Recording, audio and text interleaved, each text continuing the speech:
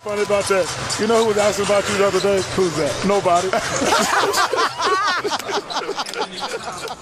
We talking about sports, get ball. What it do, baby? Yeah. What it do, you number one podcast listeners? We are back with a brand new edition of Prem Brulee, the number one podcast in your headphones. I'm your host, Premal, and back with me, it's been a minute, my co-host, big bro, big cousin, Roshan has joined me for this. Yes, sir. Glad to be back. 7-piece Nuggets pack, Seven-piece Nuggets pack, baby. I'm back. And you already know why I had to do this. Let's go. You were ready to go. Yeah. You started firing them off. So, you number one podcast listeners, you're in for a treat. Let's get this shit rolling, baby. Yeah, I was sitting in the on deck circle for a minute, and I was letting some new blood take over. You know, drop some heaters, and they loaded the bases, and I'm here to go yard. Jordan, like, here we go. There we go. Or Kyle Tucker this year. Yeah, let's go 2023 Jordan or 2024 Kyle Tucker. And nobody talk Amen. about the Astros record, by the way. Don't leave me alone. That's for now, man. Yeah. It's only May. Yeah, that's true.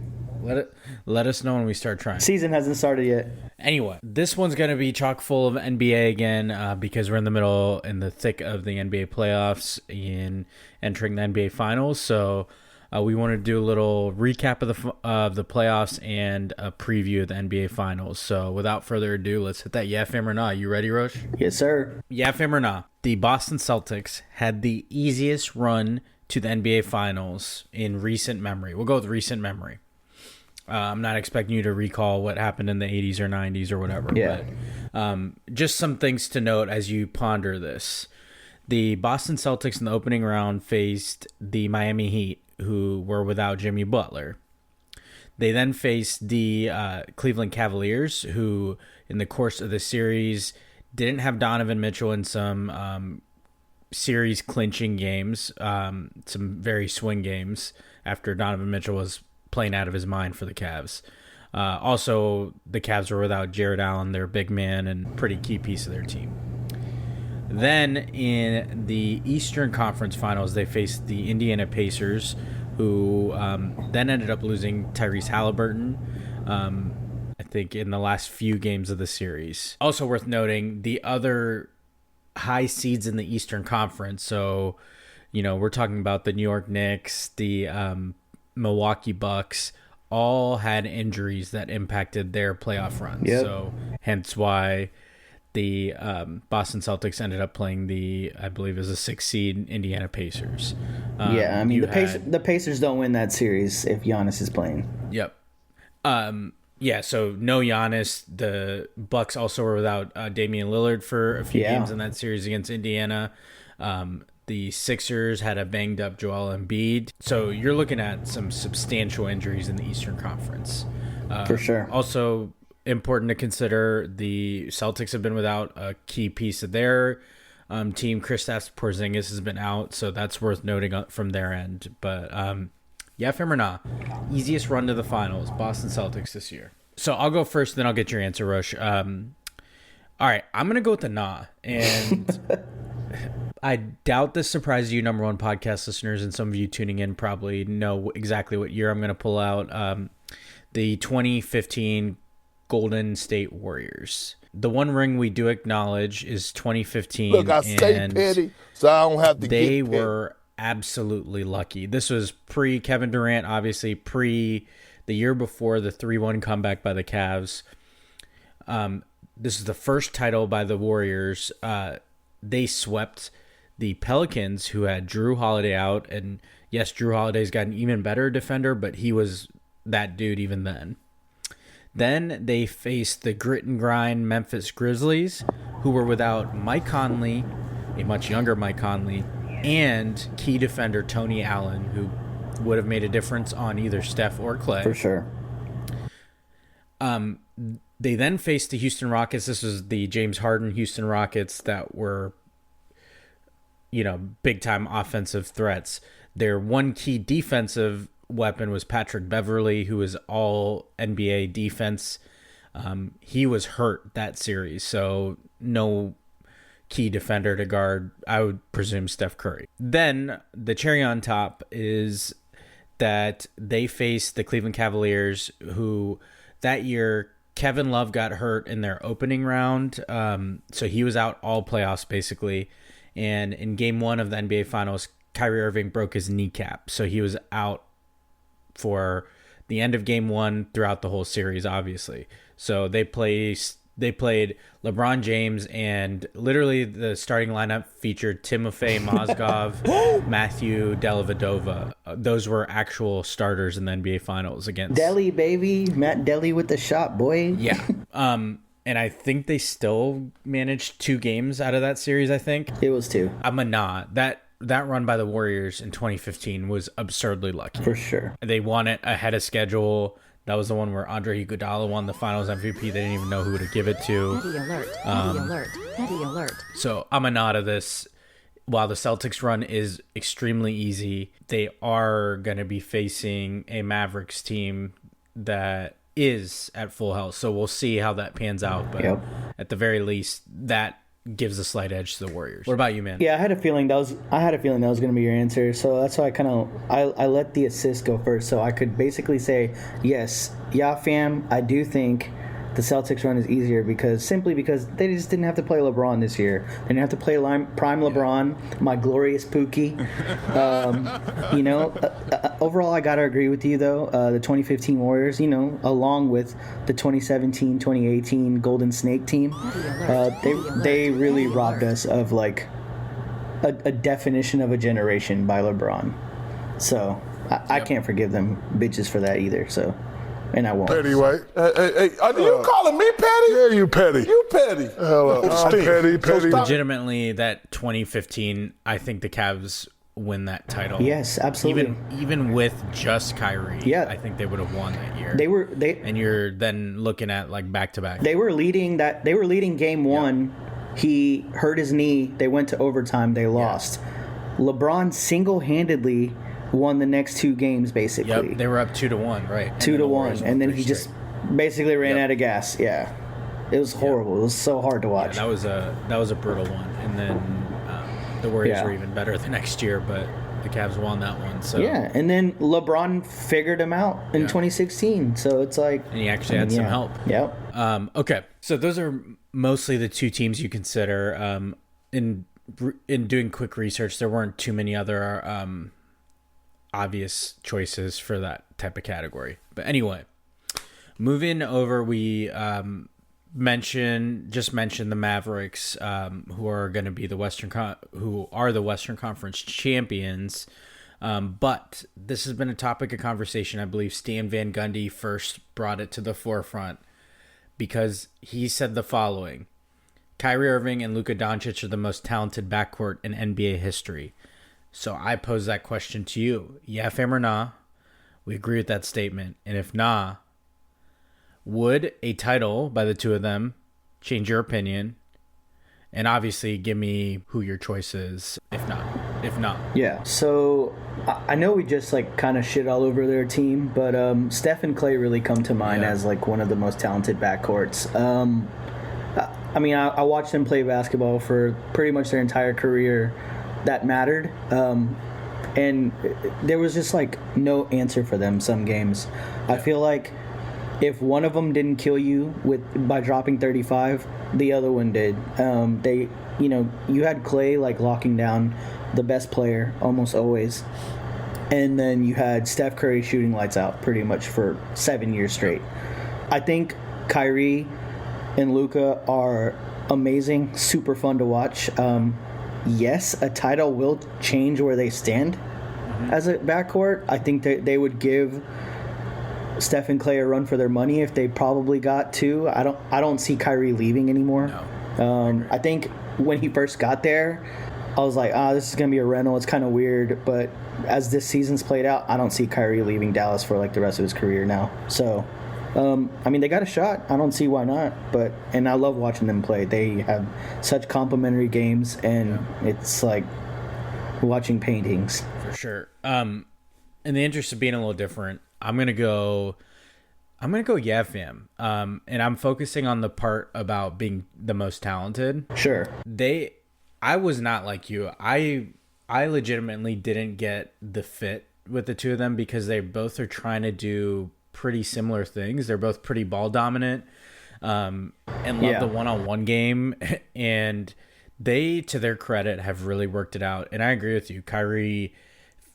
We're going to talk about this more later, but it seems like he has matured a lot, and some of the things that have led to like change of scenery in the past seem like he's kind of grown through that. So I agree with you. I do see this partnership continuing, and he's kind of the vet on the team. Not kind of, he is the vet on the team. He is the vet, and he obviously has the most experience in crunch time. He has a title and one of the probably the most clutch shot in NBA history. So obviously people are going to listen, especially a young team like the Mavs. But I think they are the most talented. They're two of the best closers in NBA history. I'm not saying they're the best because, again, I mean, there's so many good closers in NBA history, but these guys legitimately in the Western Conference Finals knew they could just keep the game close, and then when it was fourth quarter, it was time to start trying now, and they would beat the Wolves. You have to have a big lead on them to put them away, because anything in striking distance, those two guys, one of them's going to take over, if not both. It almost seems like they take turns doing it. And that's a really rare thing to have two guys. If one's not working, you can go to the other. And if they're both working, you pretty much have no shot. I mean, you have to hope you can match it with like a duo of your own. So I know we're going to preview the finals later. Like, if they're both firing on all cylinders, you need Tatum and Brown to both show up big time. And that historically has not happened for both of them. So, especially in the playoffs. Yeah. I think a title would solidify it, but I'm focusing on like talented backcourt part. Obviously the accolades. Yeah, I like they that. Don't I like have, that take. But I just love both their games, and you're right. It is like, I mean, it's poetry watching them. Kyrie, again, we're going to talk about him later for all the stupid shit he does. I've maintained forever that he's one of my favorite players to watch, because it's just like, his ball handles are, those I do think are the best in NBA history. Kyrie's ball handles are like incredible. Yeah, it's hard to compare what he does with the basketball and scoring at as high of a clip as he does, being as flashy as it's like some AAU shit. It's like some shit you see at like Lifetime Fitness of some like high school guy, and he just like always seems to be doing the most and like finishing at the rim with some impossible shit and backbreakers, and like you said about the closing, like Luka and Kyrie have just been breaking backs, man. Honestly, exactly what like the Nuggets did last year. Like, shot clock winding down, it looks like the play is busted. You play defense for 23 and a half. Up and under, 4 bounces off the rim or some English off the backboard, and it's splashing. It's got to be demoralizing. There have been 2 players where my wife has been watching. It's like, how are they doing that? They look so slow. And it's Jokic and Doncic. They both look like they're playing slow, but somehow their defenders behind them, and it's too late by that point. I mean, Kyrie is one thing because you can't guard those handles, but Doncic does it in a different way. But yet their games are similar because they can take you one-on-one. They're clutch, and they make their teammates better. They set up everybody on their team because all eyes are on them. And now you can't just hone in on one of them. Doncic used to be kind of by himself in that, and now he has Kyrie, so you can't focus on him because he'll just get it to Kyrie, who can do the same thing. So anyway. Yeah, there's some good backcourts in NBA history, but this one I think is the most talented. Yeah. Okay. I know we're going to focus a lot on NBA, but I did want to cover this because I thought it's pretty worthwhile in the college front. The NCAA, they reached a settlement with the Power 5 conferences. Now, I think the way the settlement works, ends a few existing cases, but a judge still has to agree to the terms. So it's in writing, not yet signed by a judge. But anyway, the NCAA is going to be paying players. They and the Power 5 conferences have agreed to allow schools to directly pay players for the first time in the 100-plus year history of college sports. What it do, baby? The NCAA and its leagues are doing so in a multi-billion-dollar agreement, and they're settling 3 pending federal antitrust cases. The NCAA will pay more than $2.7 billion in damages over 10 years to past and current athletes. The sources, and I get this from information from ESPN. The sources told ESPN that the parties have agreed to a revenue sharing plan also that'll allow each school to share up to roughly $20 million per year with its athletes. I think it goes without saying you and I are going to be FM to this, so I want to get your word association after I put in my 2 cents here. My phrase for this is "bout damn time." Cue LeBron. It's about damn time. I do think it's worth noting the NCAA, as usual, was late to this. They probably could have saved themselves money if they did this before. But I think this is a no-brainer. There are some parameters in place that are going to pay out players over the past 10 years, I believe it is. The majority of those are going to be the revenue generating sports, so college football, men's college basketball, right. And I think women's college basketball will be most of the former athletes that'll get paid. Now, the revenue sharing moving forward, it will be up to each school, is what I read. So basically, it'll be up to a school whether they do distribute some of that money that. I'll use Ohio State as an example. They're getting most of their revenue from football predominantly, then it's the 2 basketball teams.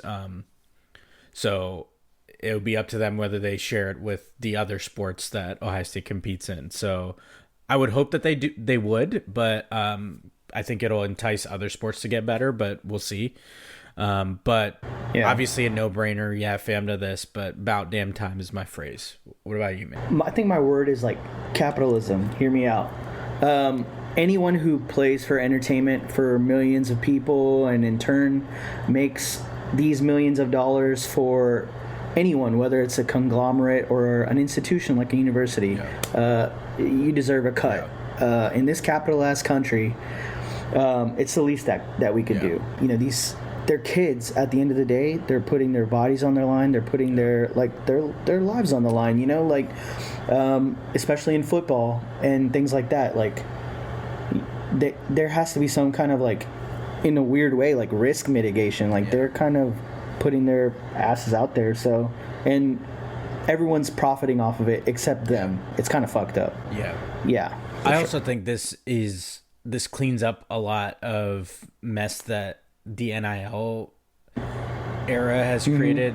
It is legitimately like the Wild Wild West with NIL. I mean, there are players getting promised huge amounts of money and they're not getting paid, all this stuff. So this puts it in a formulaic method where college players can still get their cut, and it's not just the Wild Wild West, and you don't get shady characters because it's coming through the school. So I think it's a no-brainer. They should have done it before, and yeah, it's about damn time. And I think the NCAA could have saved themselves a lot of heartache if they would just accepted the inevitable. So congratulations, you played yourself. Okay, that wraps up Yeah Fam or Nah. We know you number one podcast listeners came for this section, so without further ado, let's hit that you played yourself. I'm petty as hell. And I'm super petty. here we Petty Le Pew. go. Okay, you played yourself. I had to start with this bozo, this fuck. Harrison Butker. You know, I have all this information about what he said, but Rosh, do we even need to give this bozo's comments and speech attention? Nah, we really don't need to amplify anything that he said. I'm sure if you know the guy, you know what he said, and I mean that's even that, if you didn't, you no doubt came across his comments, and if you'd like to, you can find in any social media, you can find a clip of his commencement speech at Benedictine College. It's a small Catholic school in Kansas, so that might give you an idea of what we're dealing with. If you don't. Shocker. Yeah. In summary, you played yourself, Harrison Butker. Fuck out of here with this clown. Women, this goes without saying. You don't need me to tell you this. But just in case, please know that this clown does not speak for us. Y'all belong, deserve, and more than earn whichever direction you take your life and career. So ain't no fucking bozo gonna tell you otherwise. And I know you don't need me to tell you that, but please don't assume he speaks for any of us.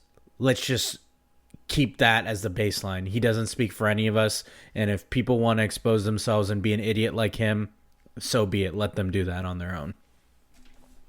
You played yourself. Could name this whole section after him. This fucking bozo's doubled down on it too, so fuck out of here. I hope the Swifties run his ass out of town. Kansas City. Yeah. Go kick in Canada, bucko. Yeah, I'm not even gonna dignify this rant with the real response. And you know, like, what I'm really curious about is why or how the kicker on an NFL football team, one, was giving a commencement speech, period.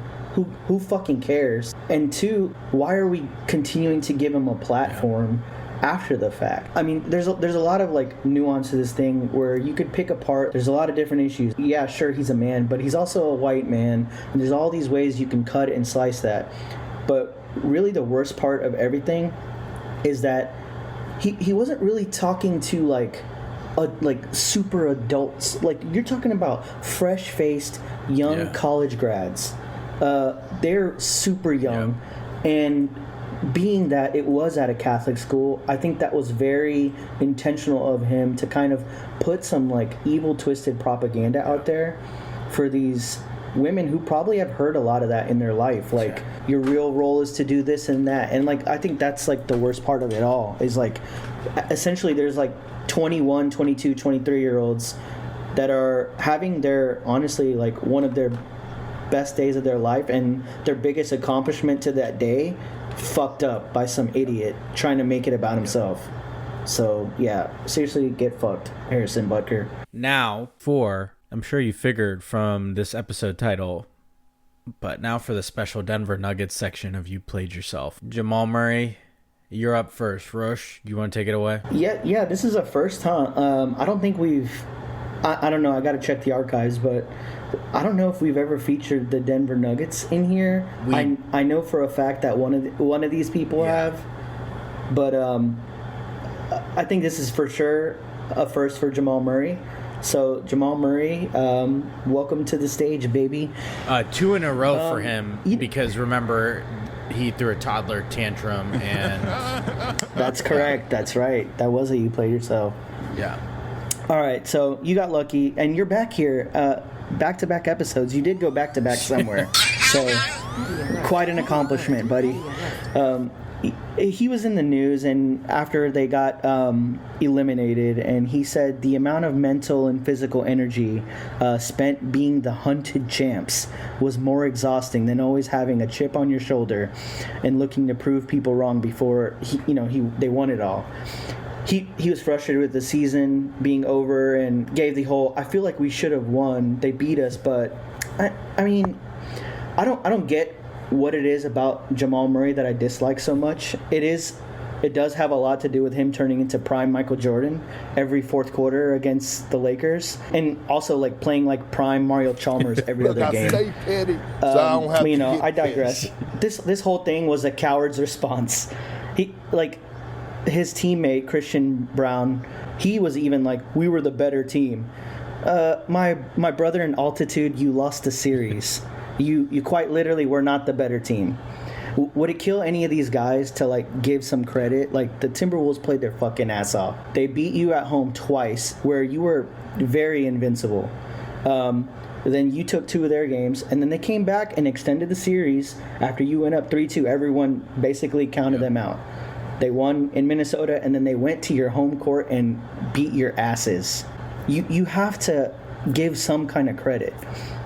That chip on your shoulder, like, you know, we were the hunted. That shit isn't fooling me. Yeah. Every great team in NBA history has, you know, they've won a title, and they have to go back out there and defend their title.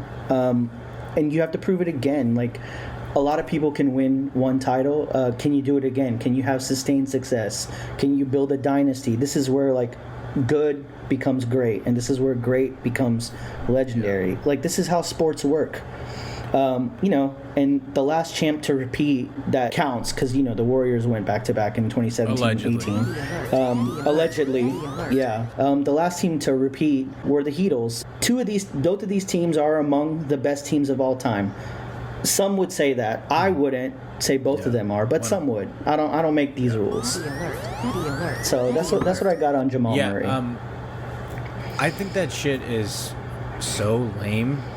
It is the lamest energy that you can have after losing, and I get it, like, you're hurt afterwards, but Jamal Murray didn't have a problem skipping the media requirements after he threw a tantrum and threw a heating pad, so maybe skip it if you're gonna talk some nonsense like you did. But absolutely. I just found it funny because right after the game, you know, they were talking about that whole, like, hunted and all that bullshit. And it's like, then they cut to, it was NBA and TNT. It was like Shaq and Kenny Smith, who both have won back-to-back titles with respective teams, saying, that sounds like bullshit to me. So if they've done it before and they're calling bullshit, who am I to question that part? Yeah, they are, you know, winners in this league. They went from good to great.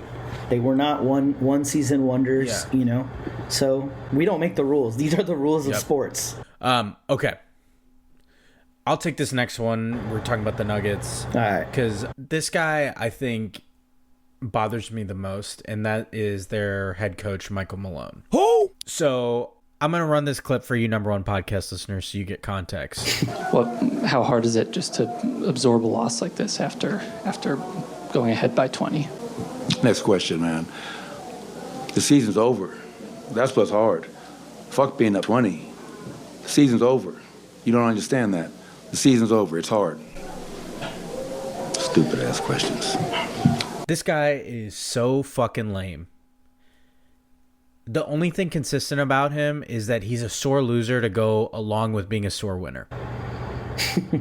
This man couldn't keep the Lakers out of his mouth last year when they won. But it's not so fun when you don't get to talk shit, Coach Mikey, huh? You're great. This dude really is questioning a pretty legitimate question by a reporter doing his job and calling it a stupid-ass question.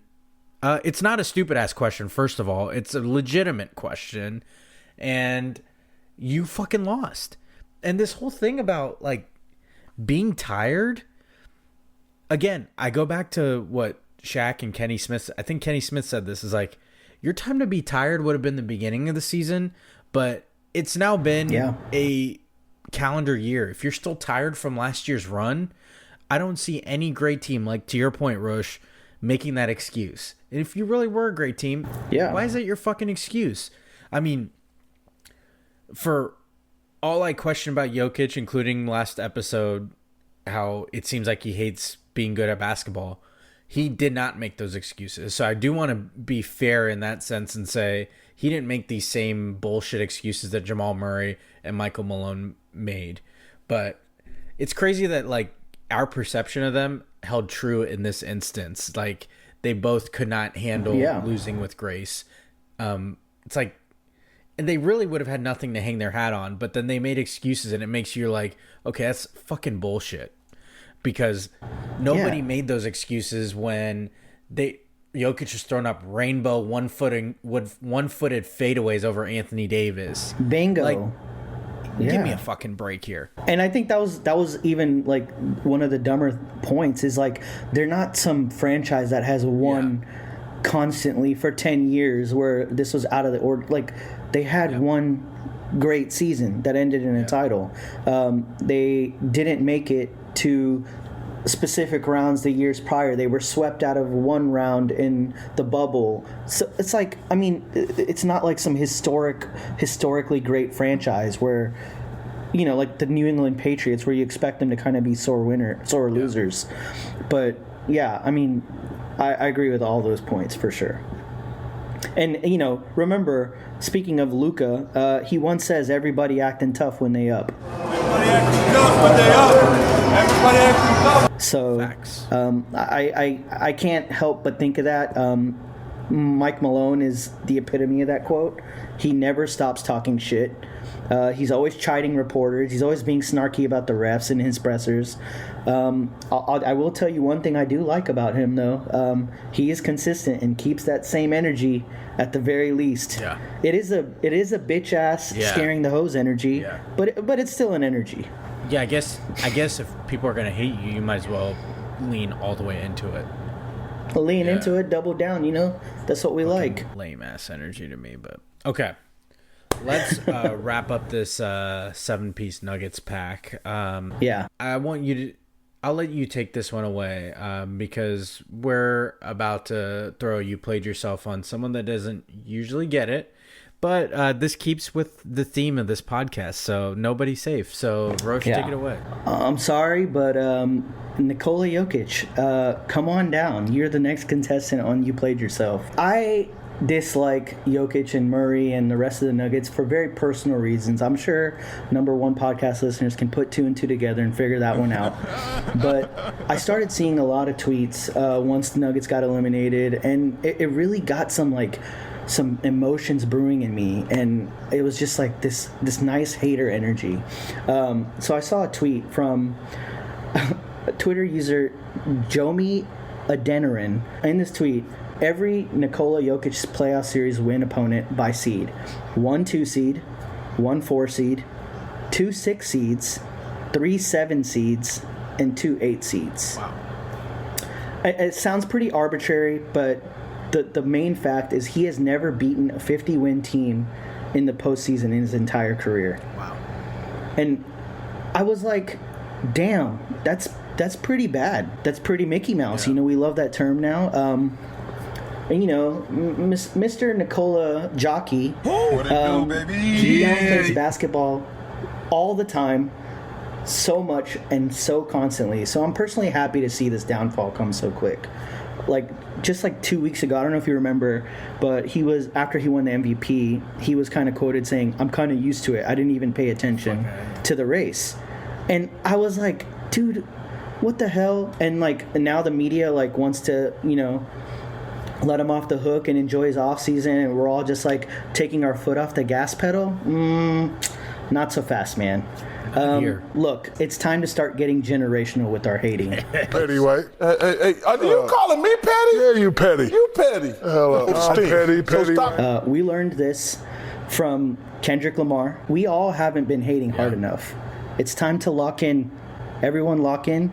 The agendas are agending, and this is one of them. If Nikola doesn't care about these awards or isn't paying attention to them or wanting to attend parades, then maybe stop playing, maybe stop giving him these awards. Whatever happened to voter fatigue anyway? Do you remember voter fatigue? I was told Giannis couldn't get another one. I was told LeBron couldn't win another one. But we let Nikola Jokic win 3. Now he's on a list with Kareem, MJ, LeBron, Larry Bird, Wilt, Magic. He's not on any of those guys' level. When the teams you face in the playoffs include that list, I can't really give you that much credit. You know what I'm saying? So, also, if that isn't enough of being a hater, here's a little more. I saw another tweet. This time it's from the user Big Cash the Mogul. He's actually pretty popular on NBA Twitter. Nikola Jokic has 3 MVPs with only 1 finals appearance. I don't really agree with he stole 2 MVPs and deserved 1, but he did win over other people. Yeah. The media said he's having the, quote, best peak of all time. In this tweet, he also says, LeBron went to 8 straight finals. Kind of hard to argue that. Agendas from the media is bad for the game. He should be in Dwight Howard convos. I thought, and when I heard that, I was like, dude, that is like, you're kind of like hating a little too much, right? And then I started looking at Dwight's achievements, which he included on this tweet, all right? Dwight's achievements, All-NBA second team, 2 times All-NBA third team, 5 times All-NBA first team, 4 times All-Defensive first team, 3 times Defensive Player of the Year, and All-Rookie first team. I don't even know if Jokic is in this category outside of the team wins. I don't know. Wow. All those accolades are pretty strong. I think Dwight might have gotten robbed out of a few MVPs, but I mean, yeah, I don't see. I think that's still hating a little too hard, but you got a case. Yeah. And you know, to sum up, since Nikola hates basketball so much and he has so much free time, he can start brushing his horse's manes now or something. The Cancun jokes just don't work for him. He doesn't seem like a Cancun type of guy. And just for the record, I kind of like him. Okay, he's friendly, he's lovable, but no one's safe from you played yourself. Nobody's safe. All right, and I think it's kind of tired to be like, I hate basketball and you're really fucking good. I know I ranted last episode about it. Yeah, but I hate that. He's a generational player. Why he should are you love so basketball. fucking miserable being so good at basketball? Like, why should we care more than you? But anyway, yeah. For the record, as you number 1 podcast listeners recall, I would have given the MVP to Shai Gilgeous-Alexander, and I said that in last episode. So, yeah. Anyway. Well, Luka's definitely taking that snub personally, so no he's kidding. Going scorched earth on everybody right now. So, okay. My next "You Played Yourself" goes to New York Knicks fans. Listen, nothing against them personally, but more of the perception game here. Nobody's safe, obviously, but New York Knicks fans are what everyone claims Dallas Cowboys fans are like. They are That's good. Obnoxious without anything to show for it. They actually, like, historically don't have anything to show for it. And they are miserable when the Knicks are winning. My prime example of this is famously Stephen A. Smith, who is a huge Knicks fan. And the irony is incredibly obvious when he trolls the Cowboys when they inevitably lose when it matters most, but doesn't realize he's what he claims Cowboys fans are to him about the Knicks. And he is a famous representation. They're all like this, and I think they take pride in it. Fine. New York, they definitely do. Absolutely. Yeah, for sure. But you played yourself to Knicks fans and this whole perception. Like, I feel like we're talking about skating by. We don't press hard enough on this fucking awful fan base that is obnoxious, and instead we focus on other ones like that are not necessarily as true as this one. You got anything to add to this? Kinda, but so shout out to your big brother Vish. This is gonna be the slight zag of today's episode. Basketball is kinda better when the Knicks are kinda good. I mean, I just kinda like the content they bring. For what it's worth, I do not like these fans. They are, after all, they're Yankees fans. So they're basically the worst sports fans on earth. But I'm here for the memes. I'm here for the laughs and all this other buffoonery that comes with New York fans. So, I mean, I don't hate it as much as you. Right. So, bing bong. I think it's more because I'm slight zag. More because of my fanhood. Everybody has all these like memes about Cowboys fans, but it's like, how are we? Yeah, they all apply. You made a good point. Yeah. They all apply. How about now we're going to take it this year, starter pack, we apply it for the Knicks. It's like a bing bing bong sound effect and someone wearing a snapback and a vintage coat.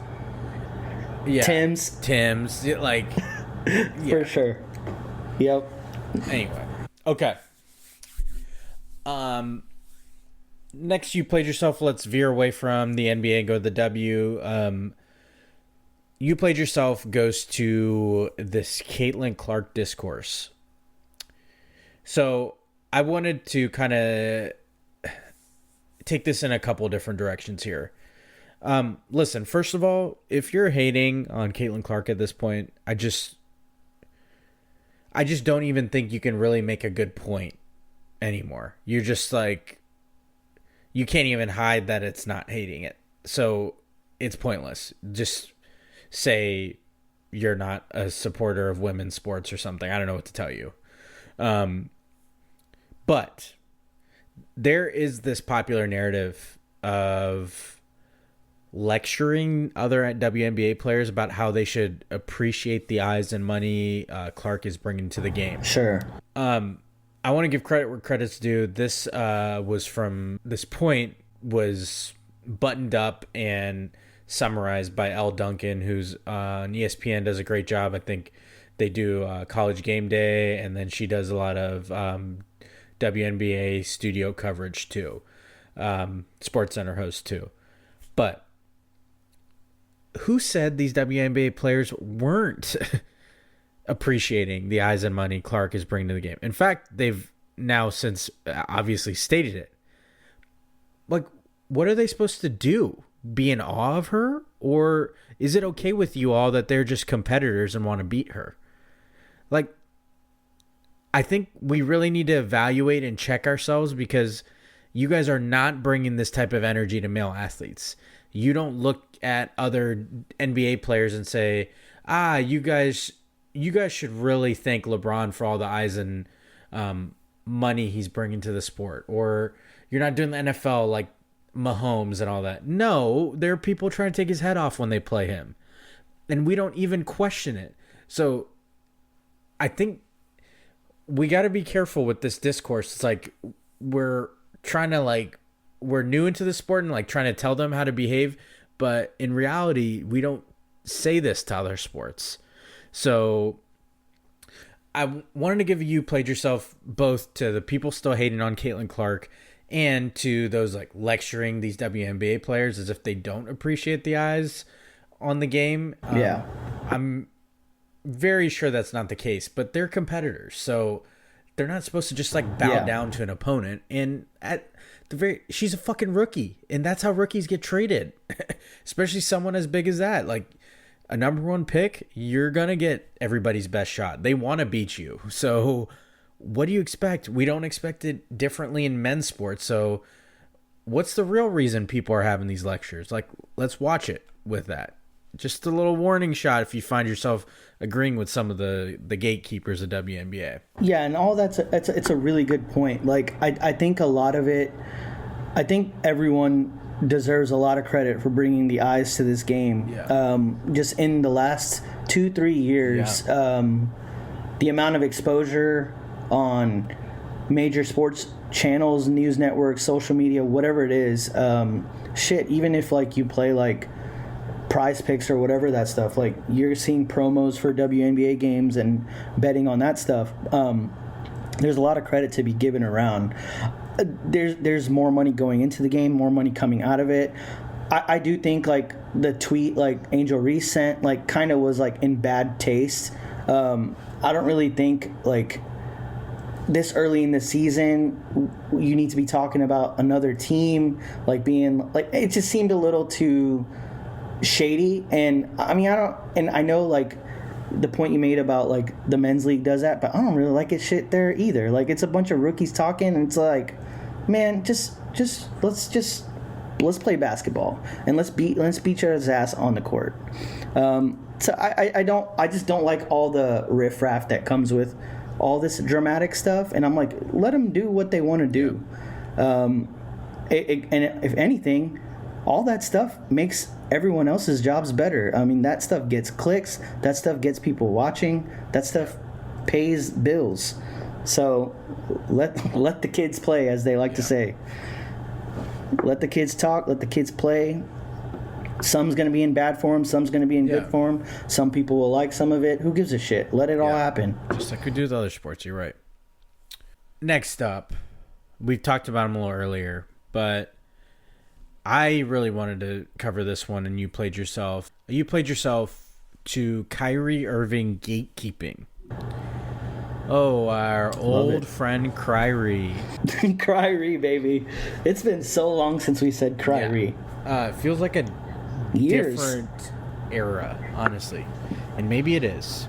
Yeah. This notion from folks that they say things like, you hated on him before, now you're trying to sing his praise, is so fucking asinine to me. It screams of immaturity, like, and it's so condescending. Like, how dare you not commit to liking or disliking a player for life?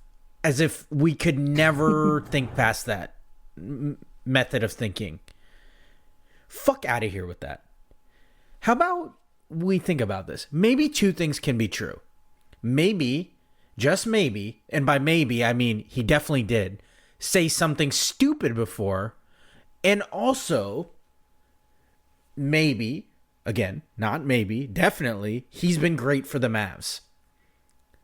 Maybe he's matured. Have we considered that? This man became a father. He moved cities. He's on a team where he's the veteran now. He's aged a few years.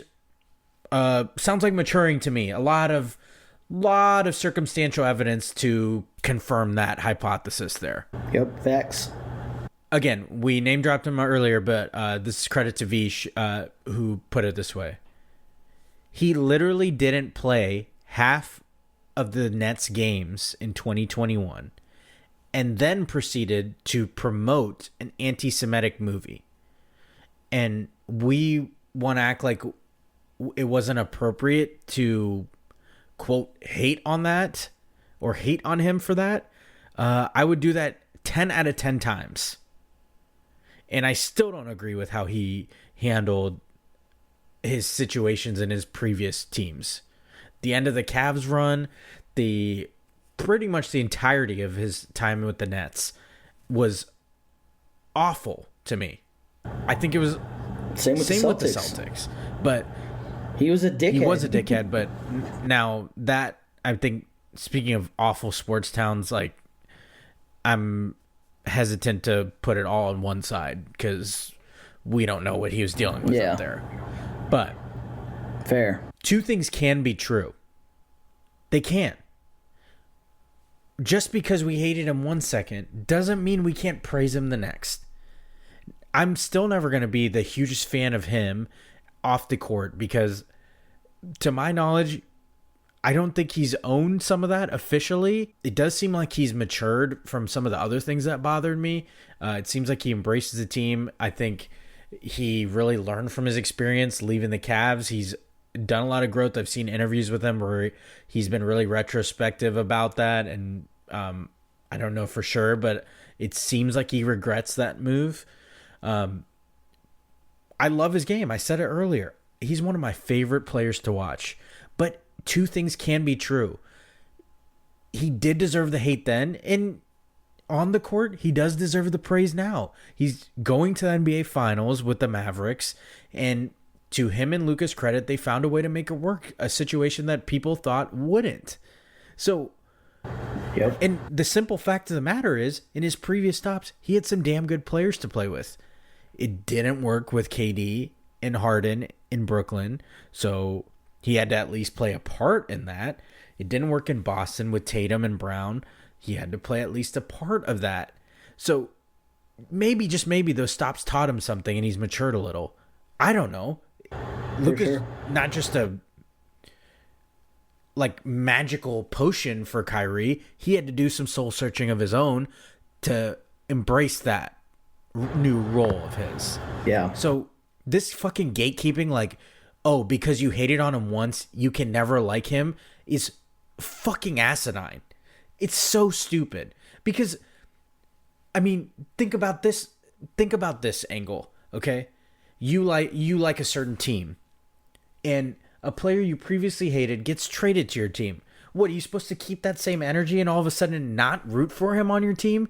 Like, that's just one example of how stupid that sounds. It's such a ridiculous premise to say, where's that energy now? The energy was where it was supposed to be back when he was promoting stupid ass shit that was dangerous to a whole group of people. Last I checked, I don't regret that. And I don't think that disqualifies me from saying he played really good for the Dallas Mavericks in the Western Conference Finals. Yep. Like, think about what we're talking here. You don't get to decide how other fans fan. Like, fucking relax. It's standard character development. Like, as in any TV show or movie. I mean, how many TV shows you've watched where you hate a character season 1, by season 5, they're one of your favorites? You know what I mean? Like, it happens all the time. Oh, you're supposed to just keep hating that character even though he's right. Whatever? Come on, man. You know, I'm glad Kyrie got it together, and I'd be lying if I said I wasn't rooting for him. Like, I'm very blatantly rooting for him. There's a lot of people that you love that you no longer love. There's as many people as you used to hate that you no longer hate. It's okay to change. It's okay to change your mind. We need more of that. I know we always talk. Yeah, we always talk about doubling and tripling down, but that's like a little facetious there, because like, people can change, evolution happens. And, when it comes to doubling, tripling down, when all else fails, you could always, say you never change your stance and gaslight, like me when it comes to the Texans. No, I never said they suck. No, I never said I was done watching. Never happened. Never happened. Yeah, but, like, back to the point, like, I did see a tweet, actually, that I wanted to talk about. It was by a Twitter user at HoopMixOnly, MIX. Quote, "It's wild how Kyrie never wanted to play second fiddle to LeBron, but is fine doing it for Luka. Why do you think that is?" I don't know if he was insinuating anything, because there is that kind of vibe there, but I think the whole thing comes along with this whole thing that we're talking about, like him maturing. Like, maybe he did realize that he was never the type of player or had that type of skill set to run the team through him. There's nothing wrong with second fiddle. Just look at, like, Michael Jordan and Scottie Pippen. Like, one of them is a Hall of Famer who carried the other to 6 finals, and the other guy is Michael Jordan. Michael Jordan's widely regarded as one of the best players of all time. So you know what, Kyrie? I wasn't ready for that. Do you, bro? I wasn't ready for that. Do you, bro? Dude. That was a heater I had in my pocket for a while. Incredible. So I'm glad I didn't see that before. That's awesome. Yeah, man. That's called motherfucking bars. Bars, baby. You don't know nothing about that. Hell yeah. By the way, I know, speaking of gatekeeping, I do feel like a gatekeeper on behalf of Magic Mind. I'll tell you that. Nice. Yeah. You know this, Roche. You number one podcast listeners by now know this. I've been using it to start my day. The new development is that Magic Mind's even allowed me to cut out some of my caffeine for the morning. Nice. And I know we've talked about this before, but it can be used as a supplement to your caffeine. It can replace it. I wasn't a big caffeine drinker in the morning anyway, so it's allowed me to just take Magic Mind some days instead of in addition to. It's a clean boost to start the workday, so I'm digging it. You've been digging it, Roche? For sure, man. It's easy. It's just a small little 1 ounce shot, and it pretty much does the trick. Yeah. So, yeah, I think it's given me clarity and energy, so I'm not super fatigued at work or at home or on this mic for you number one podcast listeners. And better yet, it's all natural, so there's no guilt. It's been fitting my effort to watch what I put in my body lately. So, whether it's in place of or alongside your usual caffeine, Magic Mind gives you number one podcast listeners the clean boost you need to handle all facets of your lives. You know the drill. You can go get yourself some at magicmind.com/Prem Brulee. In the promo codes, enter the code Brulee20. That's BRULEE20 20. And with it, you'll get up to 48% off your first subscription or 20% off your one-time purchase. That's Brulee20, BRULEE 20, for up to 48% off. If you're already a subscriber, which I hope you number one podcast listeners are, you can also save on your next subscription payment. If you just want to try it out for a one-time payment, as I said, same code, it'll get you 20% off that method. So if you're having trouble being at 100% some days, I would really encourage you to try it out. You know I wouldn't steer you number one podcast listeners wrong. So again, that's magicmind.com, magicmind.com/Prem Brulee. You already know how to spell that. You're here, aren't you? With discount code Brulee20 for up to 48% off a subscription or 20% off a one-time purchase. I would get the 30-pack if I were you. It's the best value. You already know how I am. You know, Magic Mind probably needed when the NBA came up with their challenge system, by the way, Roshan. Oh, yes. God. Don't get me started on this shit, man. Yeah. So I covered it last episode. You played yourself to NBA challenges. But as a recap, you number one podcast listeners, last episode, I talked about how the NBA challenges, you should get your timeout back if you have a successful challenge. I think that's a no-brainer. But then another scenario happened that was baffling to me, and it was in the Western Conference Finals. If you challenge a play, the goal should be to get it right. And that sounds like a super obvious statement, but let me give you the scenario. Right. So this play in the Wolves Mavs, I think it was in the fourth quarter, they reviewed who touched the ball last out of bounds. The scenario was that it was obviously a Wolves player who touched it last, but the thing was the Wolves player who touched it last got fouled by Kyrie Irving. So he only touched it last because Kyrie Irving slapped his hand and the ball went out of bounds. So, of course, Kyrie didn't technically touch the ball, but also the guy wouldn't have just let go of it. They called it Wolves' ball. So the Mavs challenged it because, hey, the video shows we didn't touch it. The Mavs won the challenge because the challenge can only look at whose possession it is, which is crazy to me.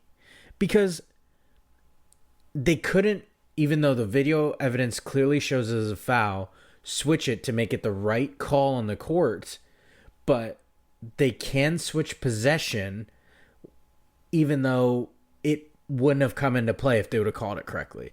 If we're challenging plays, the goal should be to get it right. It shouldn't be to review that certain thing. So I think that's another thing the NBA needs to correct, because I think, for example, the Mavs wouldn't have challenged that if the refs called it the Wolves' ball. It's like, oh, we can see on the video that we fouled, so we shouldn't waste a challenge on this because it could backfire and someone could get add a foul back. So in that sort of scenario, it would still accomplish the NBA's goal to keep the game moving at a speed. But if we're doing challenges, especially in the playoffs, the goal should be to get the call right. So that should be the main purpose of it, because that can swing games. That can lead to series victories or defeats. So anyway, I think it's a great concept, the challenges. And, you know, I don't want to bury them over it because it's the kind of the first year they're doing it, but there are some obvious tweaks that need to be made. For sure. All right, man. Let's wrap up. You played yourself with our non-sports ones. Okay. My non-sports you played yourself for this episode is getting older, man. Dude. At what point did I have to add all these vitamins to my morning routine? We used to do one Flintstones chewable and keep it pushing. You and I are Indian, so our parents would usually make us eat some almonds also in the morning and keep it pushing before school. Yeah. But, damn, man. Like, when the fuck did I have to add I don't need a pill organizer, but I'm a few steps away from it. And also, full disclosure, number one podcast listeners, me and Roche over here, we got a history of heart issues in our family. For sure. Yeah. Did y'all know that everything that's any good to snack on has a shit ton of sodium and is not good for your old ticker? Absolutely. What a depressing, development in my search to really monitor what goes in my body. Your boy is a salty snack guy, and for sure, nothing of any taste. If you have any taste of savory snacks, good luck finding a good snack, because they're not out there. I'm with you, man. It's not fun. I do miss the invincibility of being young and eating whatever you want, and then just going, taking off on a sprint and playing like a basketball game, like unfazed. For real, calling it a day. Yeah. And don't hate too hard on the pill organizers. I'm a supplement guy myself. I think the pill organizer is less of an old guy thing, more of a this will remind me to take it type thing. So I try to organize the whole setup for the week, and then I keep it on the counter. So when I walk by, it's almost like fucking bullying me. It's like, hey. Yeah. I gotta check this off. You did not take your medicine today, or your vitamins or whatever. Here you go. Like you'll know, because like when it's a Tuesday and your Monday's still full, you're like, fuck, man, I fucked up. Played myself. So it's accountability tracker for sure. So reverse you played yourself to pill organizers. Okay. Good to know. I might need to add that then. Yeah. All right. You got any non-sports you play? And honestly, man, put some gummy vitamins into your regimen. You know, they're not that bad. Yeah, you know, they make gummy vitamins that taste pretty good. I mean, I take like a multi-V that's like a gummy. I take like a melatonin that's a gummy. It's fine, man. You can make this a little better. Yeah, but the snack thing. Yeah, snack thing. I got nothing for you, bro. Because the haters will try to tell you to eat celery and carrots. That's not cutting it. Haters can go fuck themselves. Yeah, they can. Yeah. Oh, just replace with some fruit and veggies. Yeah, go fuck yourself, okay? All right. For real. You got any non-sports you played yourself? Actually, I do, man. They're kind of music related. For my first one, Spotify. Spotify got rid of the related artist feature. I don't know who out there in number one podcast listening land uses this feature, but I use it all the time. When I found out that I didn't have that feature anymore, I turned into a Karen very quickly. I was complaining in Spotify cares DMs. I sent rude tweets, the whole nine. This is an amazing feature that I saw absolutely no reason to get rid of. Me personally, I found so many good artists this way. You know that for like the longest time, I've always liked discovering new artists. So when I hear a band and I'm like, oh, this sounds like some shit I never heard of, the first thing I want to do is I want to find more things that sound like that. I can no longer do this. Shit. And you know, this was one of the reasons that I had a music website back in the day. I'm Shout out We Wore Masks. And Spotify was one of the reasons that I killed that website, because I'm like, this does all the work for me. So fuck Spotify for getting rid of that. I hope they bring it back. I know they're like beta testing it.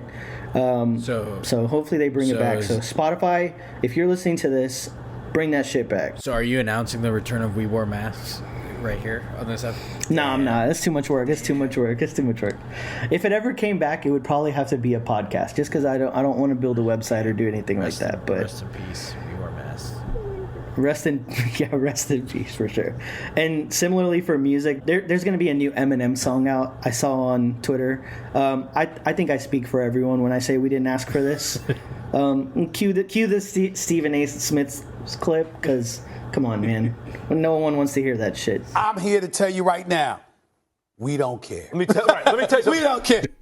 It's called Houdini, and he apparently, his tagline is "Watch me make my career disappear." It's like, dude, we don't need this. Yeah, Stop I saw this. a promo. He had David Blaine on his promo for the song. Yeah. Like, man, you're like 51 years old. We don't need this shit. Yeah, that's bad news, because you use the related artist, but I use you for music recommendations, so so I'm gonna have to work extra hard now. So that's crazy. It has a trickle down effect. Yeah. Let's do a quick Am I Hatin'? It's our chance to clearly throw out some hatin'-ass statements, but it's a safe space for us. So my Am I Hatin' for this week is pretty much a legitimate question. Am I hating it if I hate when to-go food orders are wrong? I genuinely don't have a ton of patience for it. Listen, full disclosure, number one podcast listeners, I know this sounds like I'm being insensitive. I've worked in the service industry. I've packed to-go orders myself, worked in customer service, the whole nine. I go and pick up my food, and I check everything that we take to go. But should I have to do that? Why can I not trust that the things that I order to go are actually all in there? Why is this such a occurrence? And I know some of you are out there just taking your food home with not everything in there and not saying a word about it. But it makes me mad even when I'm missing something, like someone else goes and picks it up and they don't have the same thoroughness as me. It's like, I want to be able to trust other people to pick up the food, but I also want to be able to trust that the places I'm ordering from get the shit right. The other disclosure I feel the need to say is, y'all have seen me. I'm not a picky eater. I didn't get big by accident, I say usually. So, I'm not asking for like specific orders. I'm not doing all that, like know this, sub that, none of that usually. So, but I don't think it's unreasonable that I want what I ordered. Yes, I can understand the occasional miss, but why do I have to check this shit so thoroughly that it's become part of my routine?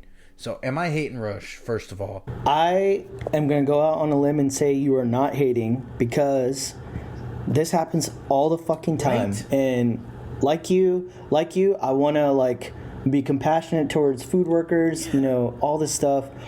But, it's really critical sometimes, because it never seems like it's that big of a deal, but it's always like you ordered wings and they forgot the ranch. And it's like, no, I specifically wanted Wingstop ranch.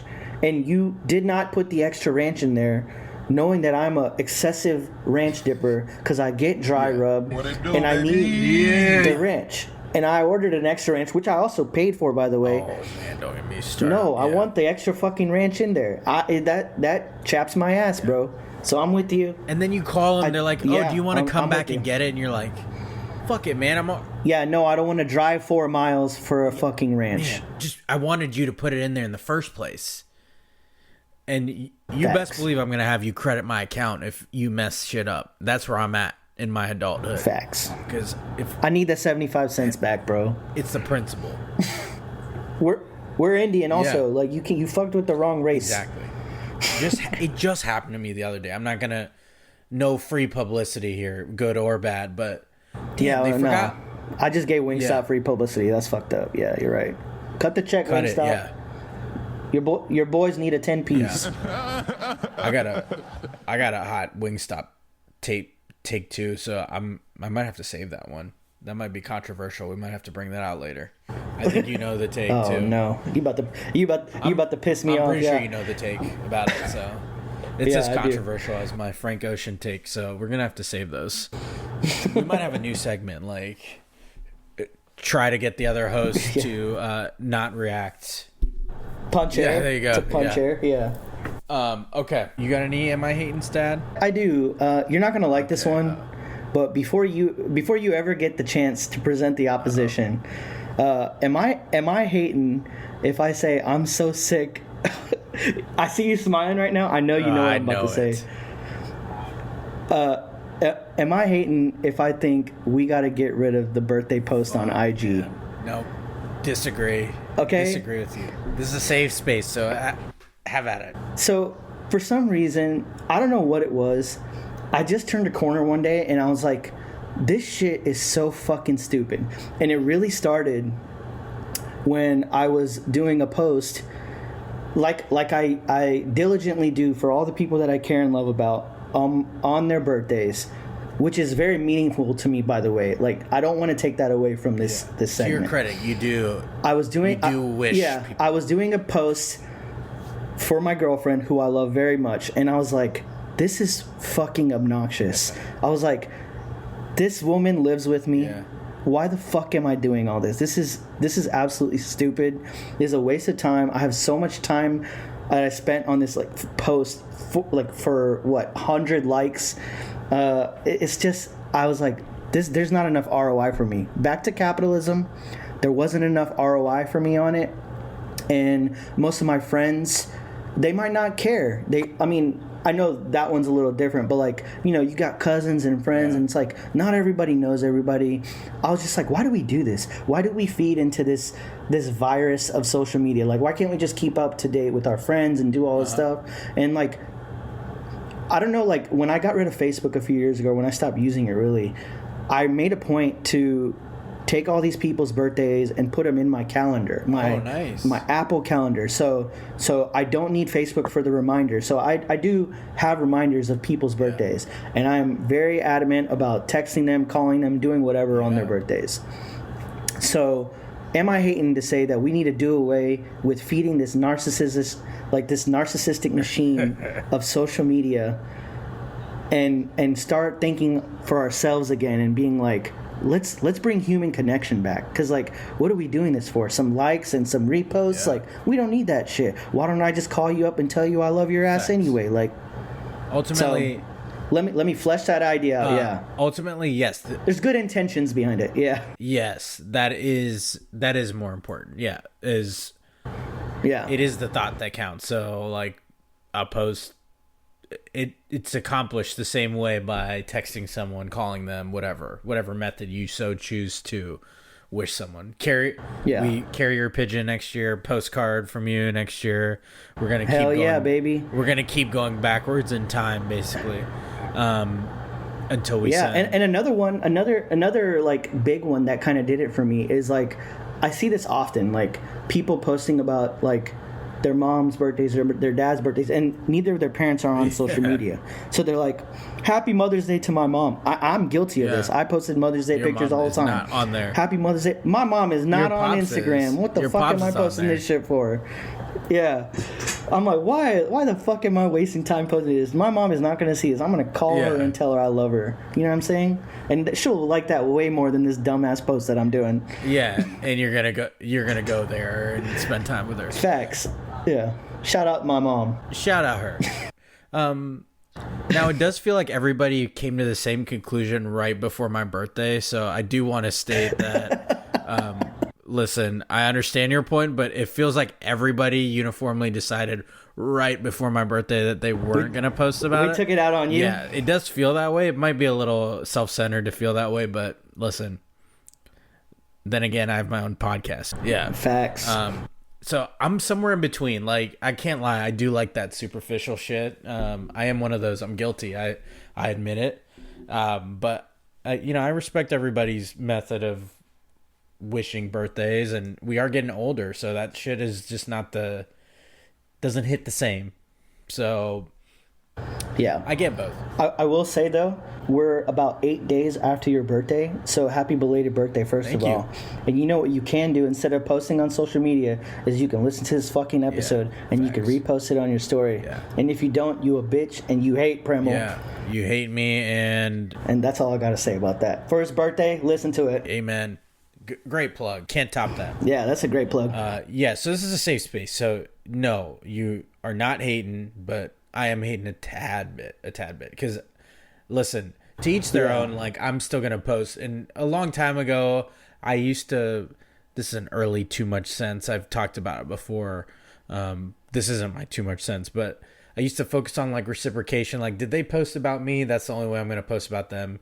And I think that energy is lame, so I stopped doing that. I post because you should post because you want to, not because you're doing it for likes or whatever. So for sure. I'm still like a grand gesture type of, that's how I show my love sometimes. Like, I don't care if you don't know the person, I'm still going to post about them and whatever. I get both sides of it. So anyway, that was a good one. I like that. I did have a feeling you were going there. Okay.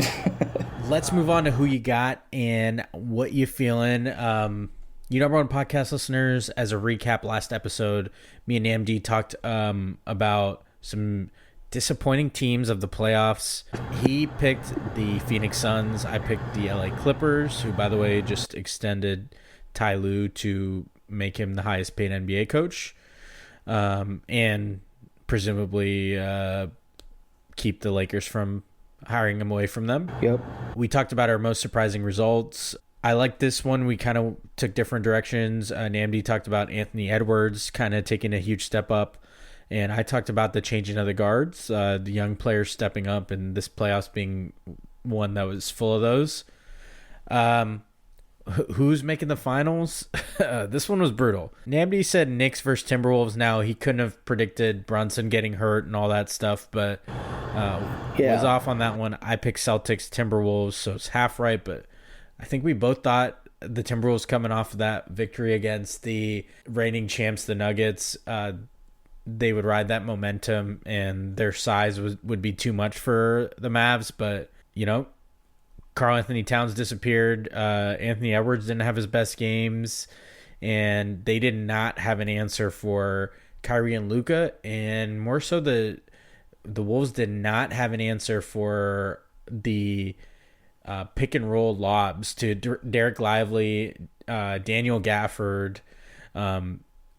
They seemed like they were getting those every other drive in the first few games. So while it felt like the matchup nightmare for the Nuggets was the Wolves, it definitely felt like the Mavs were the Wolves' kryptonite. It shows how key matchups are. It seems like the Wolves constructed their team to beat the Nuggets, but then they faced a team that they weren't built to beat. And the funny thing is, it's like you almost think I feel like the Nuggets Mavs would have been a more fun series to see, but it just so happens, it's a matchup league, so we'll see how. Yeah, and I mean, even the Clippers played the Mavericks better than the Timberwolves did. So, I mean, they played them better than the Thunder too. So, because I think the Mavs Clippers series was a little tighter, whereas the Thunder series, it felt like there was a few blowouts. So. I think there was like some close wins, but it's crazy how matchups determine stuff. In this day and age, you can't play that many bigs if your bigs aren't on the offensive end punishing you for playing small ball. Yeah. And the Wolves, I mean, Gobert is just a defensive player. Karl Anthony Towns wants to shoot 3 after 3. Naz Reid, that's his role isn't to post up. I mean, he won 6-man not playing that role, so he's not much of that type of game. So with that combination, there was just no way the Wolves, obviously hindsight's 2020. There's no way they were going to stop the Mavs, especially with how Towns was shooting. Yeah. Because the Wolves weren't using their size against the Mavs. They negated it on their own on the offensive end. So, quick retroactive. You played yourself to Rudy Gobert. How many Defensive Players of the Year awards he's going to get and become the center focus of attack for an offense? We've seen it too many times. Stop giving this man the award. They couldn't play him at the end. I mean, there were people. And stop it. It was a legitimate debate. I thought. I was thinking. I think you got to take him out of the lineup against the Mavs. You got to do something different. Yeah. Also, retroactive, you played yourself to the Wolves. Go back to the last for not making adjustments. Yeah. I mean, they were playing drop coverage. They were giving up wide open. We already talked about the alley-oops and all that stuff. They're giving up wide. They didn't make adjustments. They didn't make lineup adjustments. They didn't force Towns into the block. I mean, and he really can't go into the block while Gobert's there. So they needed to take one of them out. So one of them out. I mean, and you live with Naz Reid because he can score better and he has range. Now I still don't think they would have beat him, but it's like they didn't even try to make adjustments. So, well, they got the shit kicked out of them for like 3 of the games. So anyway, okay, that's a nice segue into this episode's picks. I want to get your pick. We're going to keep it really simple. Who is winning the NBA Finals, the Celtics or the Mavericks, and in how many games? I think I got to go hot hand here. I think Dallas is going to win the title, and I think it's going to go the distance. I think it's going to take all 7 games to do it. I think the Mavs will do it in Boston. This might be the rarest of times where you see a born and bred Houstonian like myself outwardly root for a Dallas team. I don't like the Celtics. I never will. I don't root for any Boston team. Fuck the whole city. Fuck the whole sports fan base there. Whatever. I'm not rooting for them. And Dallas is like a close second or third on this list. So it takes a lot for me to root for them. But I love Luka. Love Kyrie. They got some cool pieces. So hopefully they get it done. I've gone back and forth with this, and truly, I don't know which direction this series is going to go, because we've seen Tatum disappear in big time series, and if that happens, obviously that's advantage Mavericks. But what happens if all 4-star players, so Tatum and Brown on the Celtics and Luka and Kyrie, go off? I would think that would be advantage Mavs, because those are incredible closers, like historic, like we talked about earlier. Sure. But how is Boston going to defend that dribble drive and those lobs? You would think they're going to do it differently, because Joe Mazzulla's pretty good at strategy. Right. I really do go back and forth. But the Celtics live and die by the 3. And they do. In the finals, you get a lot of low scoring, and usually it's the latter. You die by the 3 if you're going to depend on it. So that's why I keep going back. As we saw, a lot of teams do. Yeah. I mean, they routinely disappear in games. So I think we could see a few blowouts one way or the other. But I do think it's going to be a really good series. I am rooting for the Mavs because, again, the whole Boston thing, you already said it. But as far as picks go, I think I'm going to go Celtics in 7. All right. One of us is going to win this one. I love that. Yeah. It's mostly an interest in being different, but I am rooting for the Mavs. It is a true coin flip, to be fair. I think they're very well matched. Now, what? And I think like you said, it's going to be a bunch of blowouts. I don't think there's going to be any.